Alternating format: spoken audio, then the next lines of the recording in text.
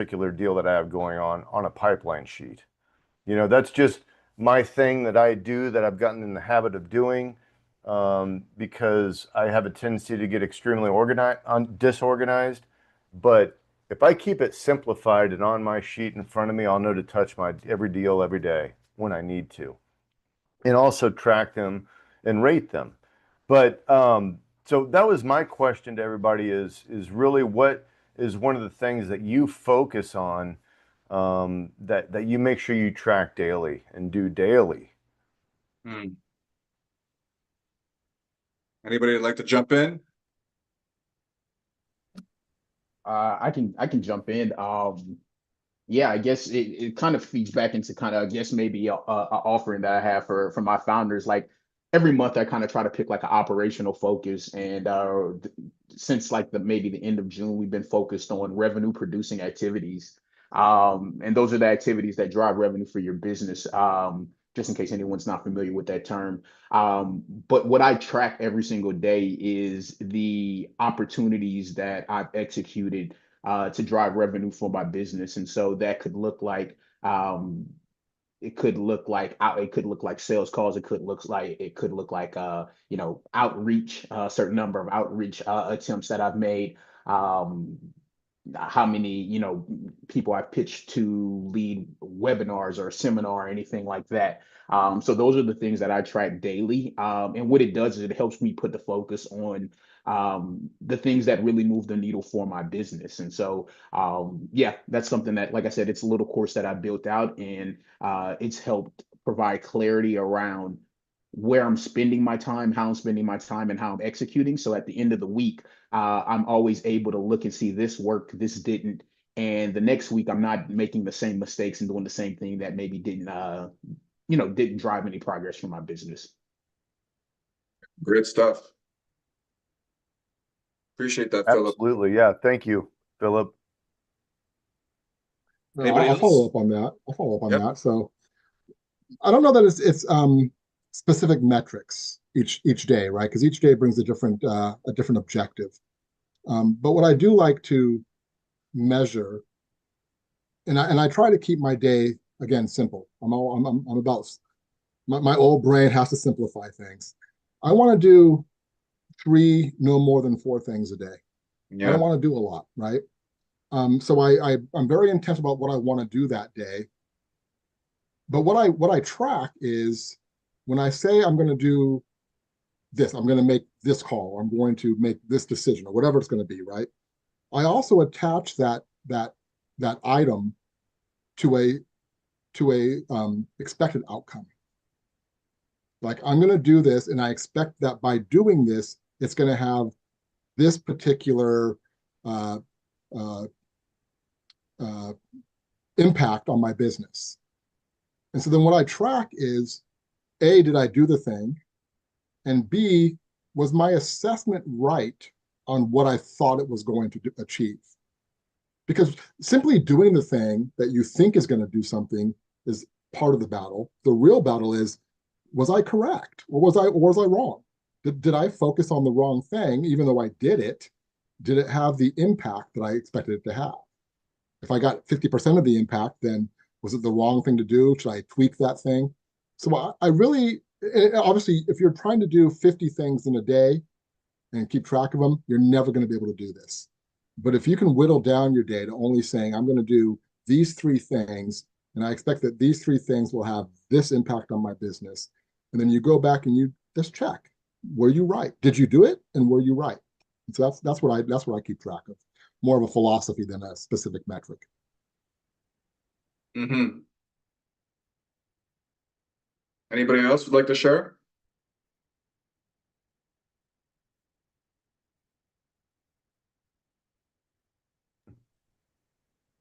I'm gonna follow up with what Brandon was saying is that basically I also try to keep it to 3 to 5, 3 to 5 daily objectives. I don't try to give myself too much, and that goes back to what we're talking about in the beginning is kind of overloading ourselves, giving ourselves too many objectives at once. Just kind of stick to the plan, 3 to 5, follow up with what you said you were going to do for that day, make sure that you check the boxes on those 3 to 5 objectives in a day and move on to the next. That's it. Celebrate those small victories and move on to the next.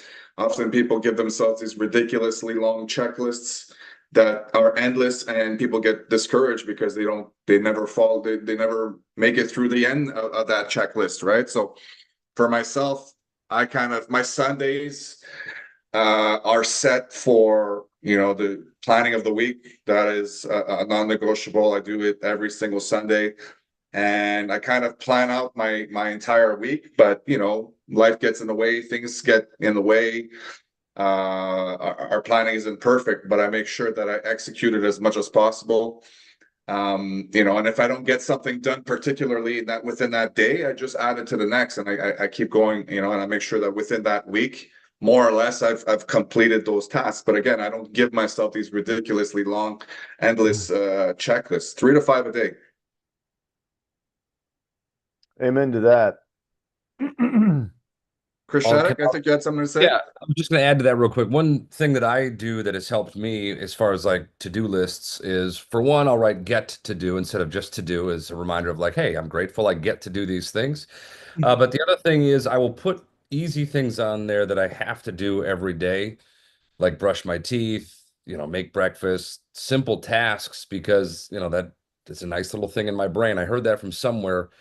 And I've been doing it for years, and I always like that because it's like, okay, your brain feels good, like you're accomplishing something. It makes you want to go and do something else. So, that's a little tip that has helped me. So for anybody, that might help you. Yeah, great stuff. Absolutely. It's all about simplifying, like we were saying before, simplifying. And not get the getting easy burnt stuff out. out of the way. Go ahead, Chris. I was saying, and not getting burnt out in the meantime. I mean, we do have to rest our minds as well, and get our rest, so we can fuel it, recharge it for the next day, Yeah, absolutely. Anybody else would like to jump in on that?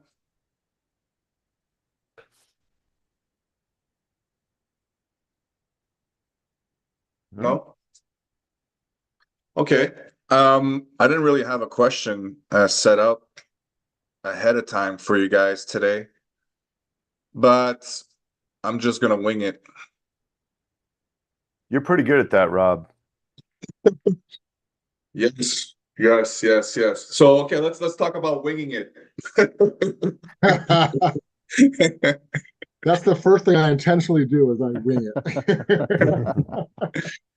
So, a lot of people, when they start out in business or starting out a project or whatnot, they get hung up on thinking that they have to know everything about a certain thing before jumping in. That's a lot of people get kind of stuck, when they start with a new project, and they kind of think that they have to have all the answers ahead of time, and they don't move forward. And I'm kind of more of the mindset of I'm just gonna jump in and figure it out, and trust in my ability to wing it. I always have a strategy, in place. I kind of know where I'm going, but I'm kind of I'll jump in and trust in my ability to figure things out. And if I fail, good, I'll learn from it and move on, right? I'm kind of like fail fast, fail often kind of guy. Figure it out as quickly as possible,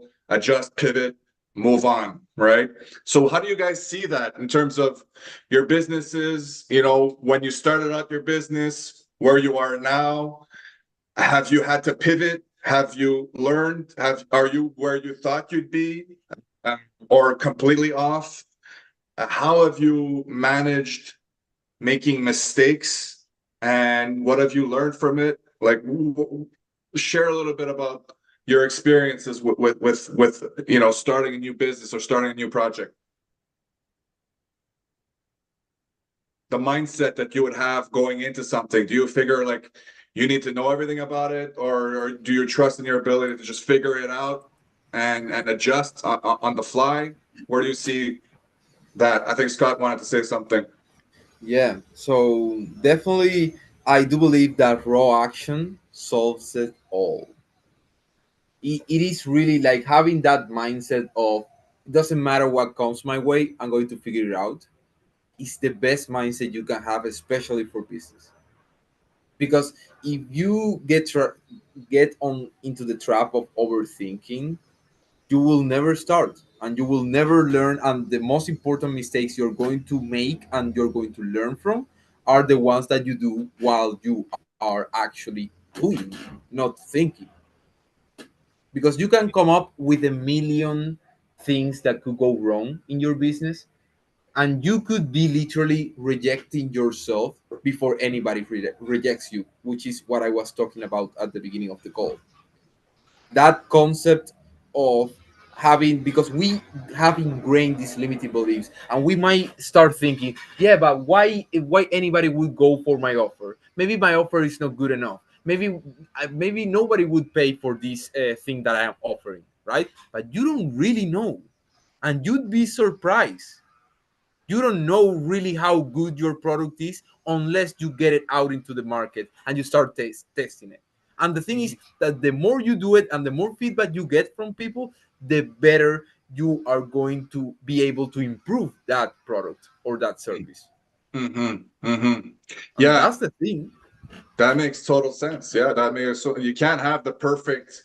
I mean, you could have the perfect product. It happens, obviously, but there's an optimization that happens, in terms of And how do you think people get to the better, like to the perfect product? yeah. They build upwards from scratch. They get started and they have a normal product, maybe even a shitty product, and they keep getting they keep getting feedback from their clients. They Mm-hmm. keep building upwards, and they just keep trying to make something better and to improve it. It's just so important to actually realize Yeah. that you cannot get trapped on that mindset of I need to have it all figured out, because you're only one person. But when you're counting with the brains of thousands of people that could potentially engage with your product and could actually help you improve it, Mm-hmm. then you're competing with way much more than you actually have at your disposal, and you should Mm-hmm. leverage that. You should definitely leverage your customers in that awesome way in Yeah. which they actually help you improve your own product, which is amazing. Yeah. I Create the agree. I mastermind. agree. Anybody else would It's like fun. to touch on that? Yeah, I say all the time, I think it depends on what season you're in your business, right? So if you're just starting, suspend the need to know how. Just suspend it for a minute. You'll Mm. figure it out, like Scott was saying. Um, it's okay to kind of those iterations and that feedback loop that's going to happen is definitely key. But you guys know what's coming because I saw in the chat. Was it Philip I saw in the chat? He put the words in there. Yeah, it was. Oh no, Philippe putting the words in there. Paralysis analysis. So I think we talked about this. I'm not sure if it was Saturday, Rob, or if was it last Thursday. But this idea that we give analysis we give it a bad name, right? We act like the analysis is the problem. And while I can totally agree, if you're sitting there doing your doubting of yourself and questioning and not getting started, but can we stop calling it paralysis analysis just because it rhymes? Because you're not analyzing at that point. You're doubting. Doubting is the problem. Mm-hmm. Analyzing is not the problem, guys. If your thinking is getting you stuck in doubt and confusion, don't stop thinking. Become a better thinker. Think Exactly. better. Think better. Exactly. Stop throwing the baby out with the bathwater, guys. Thinking is not the problem. Thinking will save you. It'll save you a lot of problems. It'll save you a lot of mistakes that if you just would have thought through. But that doesn't mean that you get to sit around and doubt yourself and not get to step one. Go get to step one. Read that one page of the book. Make that one offer that's stupid that nobody's going to buy. It's okay. They'll come back. But I feel like I'm on a crusade now to tell thinkers it's okay to be a thinker. It's okay to be a thinker. Fight back. Thinking is good. And just don't get stuck in self-doubt. And we should start calling it what it is. It's the doubt that we're saying is the problem. It's the lack of confidence. It's the confusion. That's the problem. Think better, think smarter, think faster, and then move on. I'd like to touch on that, Brennan, because I love it. I mean, I love what you just said. You know, it makes me think about, ever since my midlife crisis, and what I did before, was I was scared. I was scared to, I don't know if succeed's the right word, but I was scared to for a failure. Okay. And, you know, when I started Up Sales Vibe Innovations, just as an example, I had no idea what I was getting into. I really didn't, but I did it. I just started it. And I learned on the way. You know, I didn't have this extravagant plan put together in my head. I mean, I had a decent plan, but I just started it. My content on TikTok. If you go back to my first video, actually, I think it was right in this exact same spot here. I showed my brother my first video. He's like, Chris, brother, I about fell asleep during your video. It's not good. You need to put more behind it. So I was like, okay. So I just gradually got better and better. But the thing of it is I started it and I wasn't scared to fail anymore. And that right there, Brennan, is why I am where I am today and why I'm going to continue to excel. I like what Chris said, that, you know, whenever he started, he was scared. That's a lot of things that, you know, folks are always really, they're scared to admit that, right? That they were scared when they were starting. My coach used to always tell us this. He said, man, if you can't beat your fears, just do it scared, right? Just go. You're scared. Oh, well, again, we talked about that already, taking the emotion out of it. You can't beat your fears, do it scared. And so just kind of applying that and thinking about where I started at the year. My year did not start off how I thought it would start off or how I dreamed it would. And so, you know, of course, as you're going through it and you're in the midst of it, it's even more scarier, right? I got a mortgage, I've got a daughter, I've got all these things adding up that's stacking up on my plate. So, yeah, there's a lot of fear there, but you have to keep going. You have to keep doing things scared. And what I was able to do is, as we've talked about it, I think Brendan had talked about it, is just planning, right? Planning and refining, getting feedback from clients, getting feedback from people who've been where I've been, to refine things. And I'm fortunate to say that, you know, we've had quarter over quarter growth, which is amazing, right? Not where we thought we would be, but the thing is that we're getting better and we're improving. And I'm seeing those changes. Clients are seeing that. We're seeing better transformations. And so, yeah, so it's all about, like I said, if you can't beat your fears, just go ahead and do it scared. Don't get stuck on inaction. 100%. And people that get hung up on fear, they believe that they're the only ones that are dealing with fear, and they look at people that are successful and they say, how come they live without fear? How come they're able to do it without fear? They're not going in without fear. They're just as terrified. They just realize that their objectives are on the other side of fear, and fear is a natural part of the process. You have to go through it. You know what I mean? So they just understand that better. And you know, I've been terrified every time I've started a new business, a new venture. I've been terrified every single time. You know, lose sleep, being sick over it. I do it anyway, and you know, it's part of what makes you an entrepreneur, is having that mindset of being terrified but doing it anyway. You know, and you talked about the mortgage and having bills and whatnot. People, they also let that, you know, affect their decision making. It's like, okay, well, they convince themselves that it's not the right time because they have a mortgage, they have bills to pay, they have a family.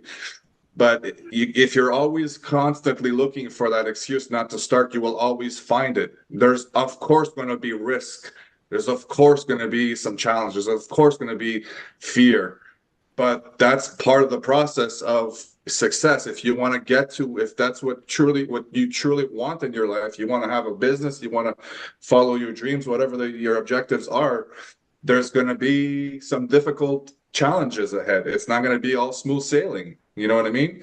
And people that fight through that, they recognize that it's part of the process. They're going to be failures. They're going to be some challenges. They're going to be some setbacks, but they keep moving forward. You know, how many times? I mean, I've been close to bankrupt. I don't know how many times in my life. You know, bills through the roof. Really some challenging times, but I keep pushing forward. I failed so many freaking times. It's unbelievable, but I'm still moving forward. I get myself back up. I keep pushing forward. I keep pushing forward. I'm not giving up, you know, and that's where people just they don't have that. You know, we talked about discipline, we talked about mindset. It takes, you know, excuse my language, it takes balls to get into business. It's not for, you know, it's not necessarily for everybody. You know what I mean? So yeah, it's all great stuff that you guys are saying here.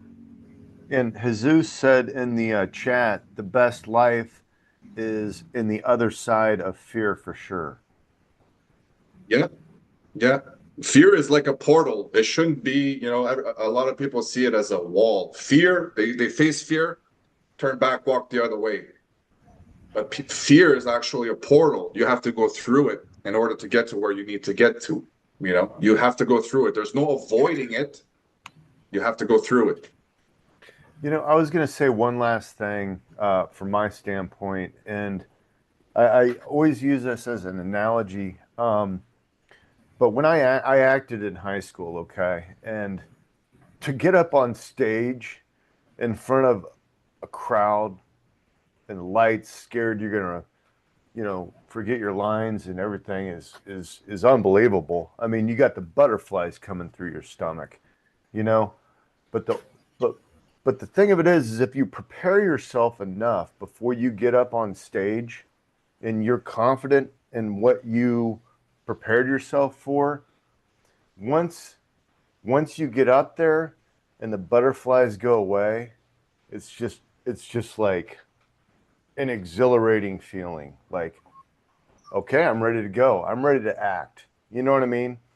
And you know, yes, we got to prepare ourselves to a certain extent also, but we also have to go after it 100% full force. Yeah, and that feeling that you get, like you're just saying, Chris, that feeling of doing it afterwards, how you feel, Oh, how unbelievable the feeling is, right? And the more you get a taste of that, the more that you want it, right? It's like it's like a drug almost, that adrenaline rush, right? And you know, we often talk about visualization, you know, and you know, having the ability when you're faced with something that's difficult, having the ability to visualize it as already accomplished, how you're going to feel, how you're going to, you know, how it's going to make you, how it's going to make you feel. You can really see it in your mind clear. So visualization is something that I use personally whenever I'm faced with a challenge, whenever I'm faced with fear that I know it's gonna suck. I'm terrified. I got those butterflies. I see it as already accomplished. How I'm gonna feel, who I'm gonna be with, who I'm gonna be celebrating with, how that's gonna look like. Specifically, see it. That's helped me a ton. Every time I've faced a challenge, every time I've started a new position, a new business, I visualize it as what it's gonna look like already accomplished, and it helps a ton. Anybody else would like to share or comment?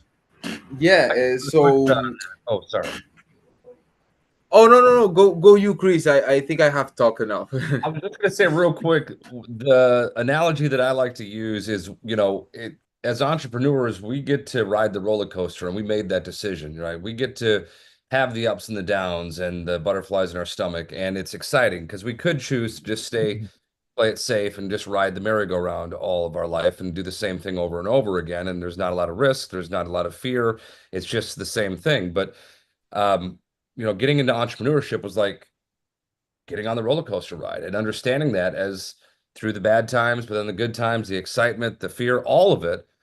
But I'd rather have that than just sit on the merry-go-round for the rest of my life. Kind of like we were talking about, Rob, earlier about the regret and what I didn't do, what I could have done. Like, you know, all of that plays into my psyche. And again, it comes down to just believing in yourself, like you're talking about visualizing, seeing it, that's what I did from the moment I started my business. Was I could see where I wanted it to go. I could feel it.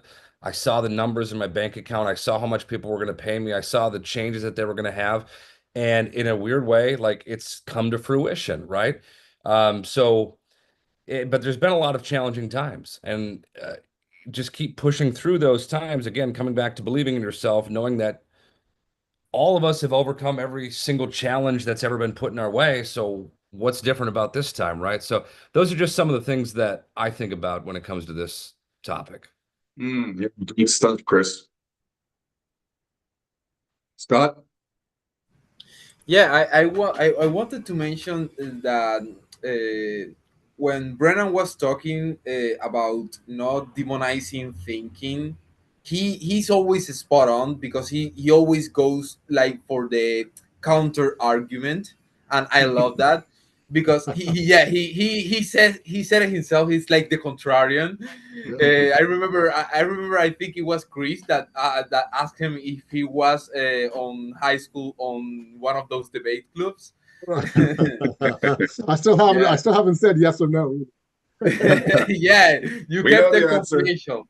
Yeah, we cannot imagine. but but definitely the thing is that with thinking, he's so right about that because thinking is so important, especially when you gather some feedback. That's why kind of like getting started raw with action and then start gathering some feedback and something that is truly amazing, even for before you start taking action, is to teach yourself to think. And how do you teach yourself to think? Is by writing.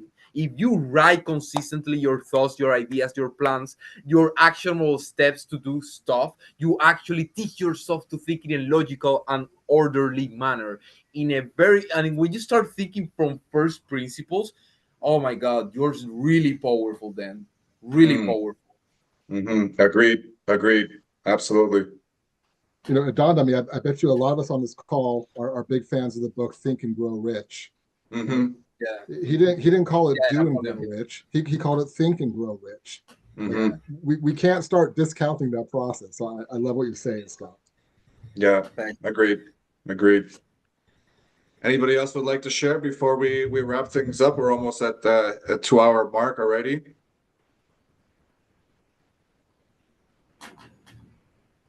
Yeah, well, actually, with regards to what you said, Rob, you were talking about the importance of overcoming fear, and I do Mhm. believe like it's so important to push through that fear. Actually, you and it's so important to actually know how to overcome it, and the way is always each time is taking fear as a marker, as an indicator of that thing is something I should actually do.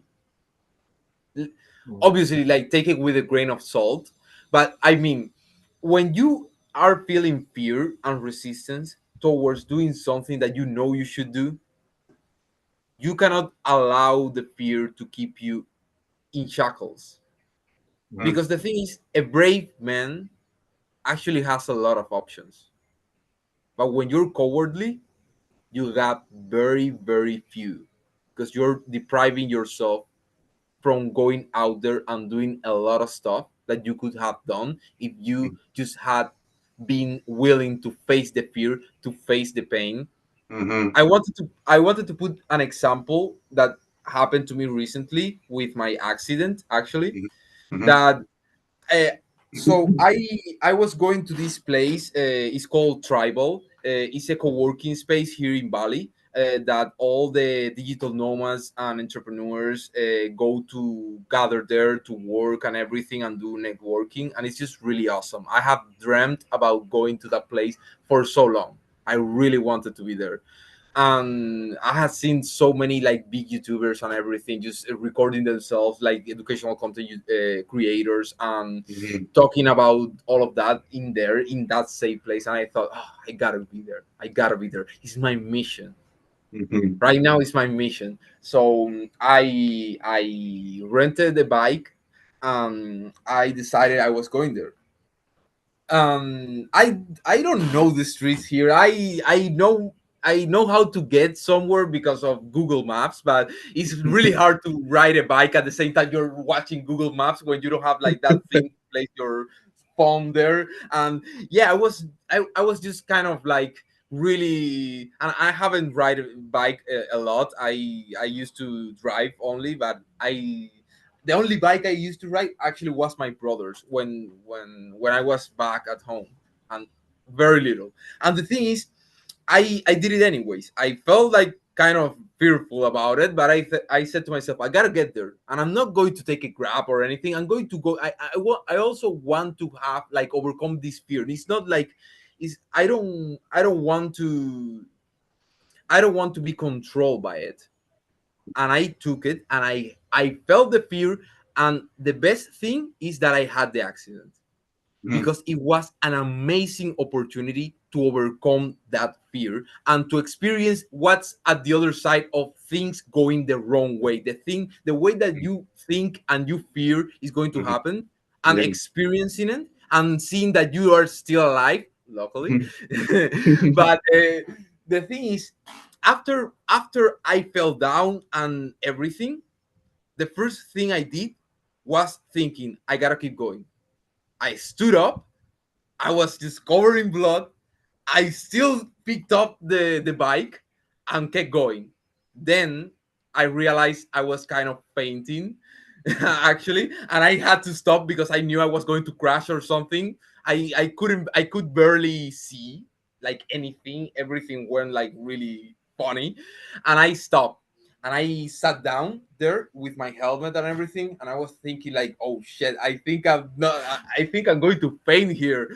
I'm going to wake up without a wallet and without the keys of the bike and everything. I thought I cannot faint here. I cannot faint here, and I thought for a moment I kind of went into my mind. I thought, oh, maybe I could call somebody, or maybe, and I said, actually, I don't know anybody here. Who the fuck am I going to call? There's nobody coming to save me. You gotta be your own man, motherfucker. So I said to myself, you know what? I'm going to stand up. I'm going to get to that place. I'm going to get to that place. And if I faint, at least I'll faint walking better than faint driving the fucking the bike. It's not a good idea. So I said, I'm going to walk there. I'm going to walk the rest of the way. And I started walking. And actually, when I started walking, the dizziness went away. I started feeling better. I felt like the pain and everything. And I remember, I kind of recalled all that stoic philosophy that I've been reading. And I remember, oh shit, actually, you can feel the pain, but you don't need to react to it. And if you don't react to it, it's almost like if it didn't exist. So powerful. So powerful. All of a sudden, you got all the control because now the pain and the fear do not control you. And the thing is, I walked there and I entered, and it was like a fucking movie. I got into the place, just dripping blood all over the floor. Everybody like, oh, who the fuck is that guy? I met so many cool people. I recorded like the entire YouTube video I wanted to record there. I'm going to start going like very regularly there because there's so many people that go there like every single day. They asked me to go and everything. I met like a lot of amazing entrepreneurs, a lot of great ideas for business, a lot of really good networking. And actually, when I was going to go back, I remember thinking, I'm going to get a taxi, you know, because yeah, it's late and is but all of the sudden I have been training my mind lately to cut like to be able to spot the excuses and the coping. And when I thought I'm going to take a taxi, I could see it like in my mind right there. You're being a pussy. Yeah, man. What are you doing? You know you gotta go back to the bike. You know you got to grab that thing and ride it home.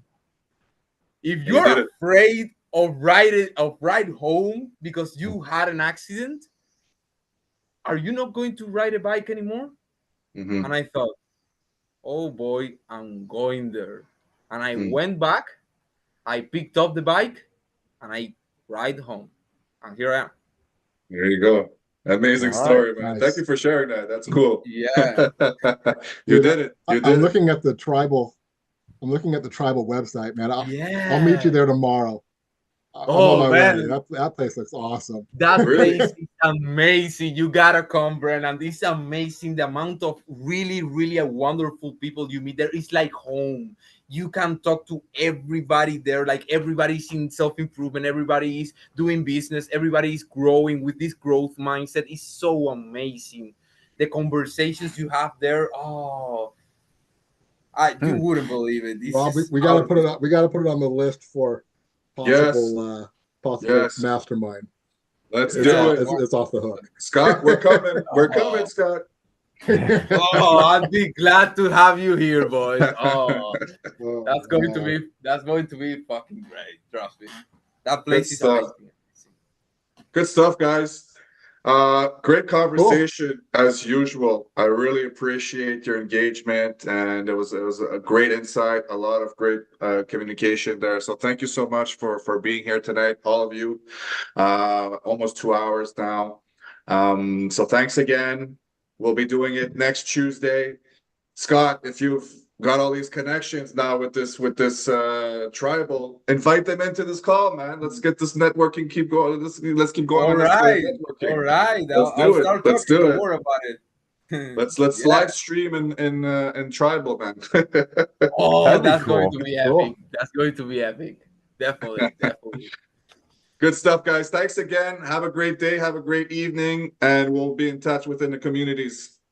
Thank you, everybody. Appreciate you guys. Thank you so Good much. day, See guys. y'all. Thank you so much, guys. Thank you so much, Rob. Really, Thanks, Brennan, Scott. having you here. Having Chris always is a pleasure. Take I care of talked to yourself, Scott. Iritza, by the way. Iritza, yeah. I talked to yours. He's an amazing guy, man. This is really, really cool. We Who's had that? an amazing conversation. What- Like what- Chris assistant. I yeah. had a Oh, I yeah, had a yeah, call yeah, with him. Yeah, I'm sorry, who? amazing call. Your assistant. My Izzy. assistant? Izzy. Oh, you had a call with Izzy. Izzy? Yeah, yeah. Oh, really? Really? Cool. Good.